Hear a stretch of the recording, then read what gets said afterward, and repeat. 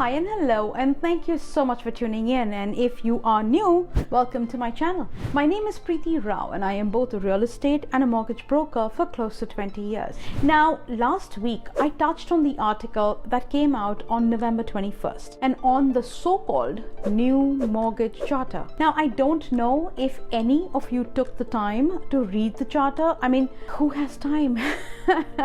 Well, I read it, and as I covered just one point last week, I will try to cover the remaining today. But before I start taking out all my frustration, please be a sweetheart and make it worth my while. Hit the like, share, subscribe, and that bell icon.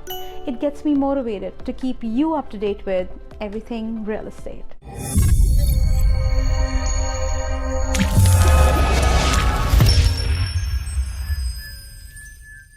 Well, last week I spoke about the no stress test on renewals. If you have not watched that video, please go and see it. And in that video, I promised to touch base on the other so-called important aspects of the mortgage charter. So here we go. One of the other things that was promised on the charter was to extend the amortization period for Canadians at the time of renewal. Canadians who are having trouble paying their mortgage, but that too is already being done by the banks. When you go to renew your mortgage, and let's say your amortization from 25 years has now come down to 19 years, you can ask the bank to go back to the original amortization of 25 years to help with the monthly payments. And since COVID has started, banks have already been given the authority to go up to 30 years and even in some scenarios up to 40 years in amortization on renewals or conversions of variable to fixed. So my question here is, why is this being added to the charter as something new? It's already in existence. Then she talks about allowing people to make a generous payment as a lump sum towards their principal for the ones who want to catch up with their amortization. Well, two things here. The bank already allows you to put up to 20% of the principal balance towards the mortgage as a lump sum. Is she going to increase that threshold? And let's say she does. Okay, now you can put up to 30% of a lump sum. Who has that kind of money? And if by any stroke of luck you are sitting on that kind of money, please invest it in another smaller property. You will end up making way more money on that equity growth rather than dumping all that money back into the bank.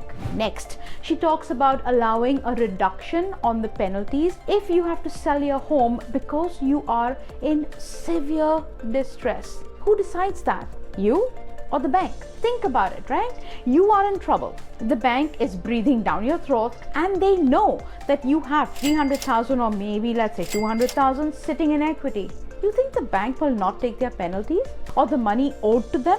Please come back to reality. The banks are a business. They are not there for charity. They don't love you. They don't care, period. Then she goes to talk about the banks actually calling the clients for renewal 6 months prior to maturity to lock them into a good rate. Why? Why would a borrower tie a noose around their neck 6 months in advance? Everyone who is up for renewal right now is sitting at a 2.47 or maybe a 2.49 fixed interest rate on their existing mortgage. Why will they run in advance and jump to what, 5.34, maybe 5.24? Why would they renew early? They should just wait and renew closer to maturity. And please do not fall for the bank's BS. You can wait. You don't need to renew your mortgage 6 months in advance unless they're giving you the actual 2% interest rate. Then I would say take it. So as you can see, this charter really has nothing new in it. It's all recycled material and some of the stuff that the bank's already following. Most of it is already in effect. So really, who are you guys fooling? Now, there is another huge announcement in the charter that I'm going to discuss next week, and it is important for all my investors, so please stay tuned.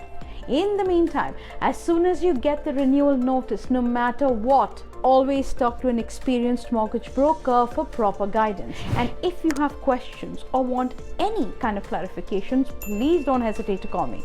If you still don't know who I am, go check my rating on Google and read my client reviews. Till then, take care. And if you found value or liked this video and would like to see more content, click on the boxes on the screen. Once again, my name is Preeti Rao. My contact information is in the description box below. Make sure to hit like, share, subscribe and that bell icon so you don't miss any future videos. Thank you so much for watching, and don't forget to call me because I hold the key that opens the door to your dream home.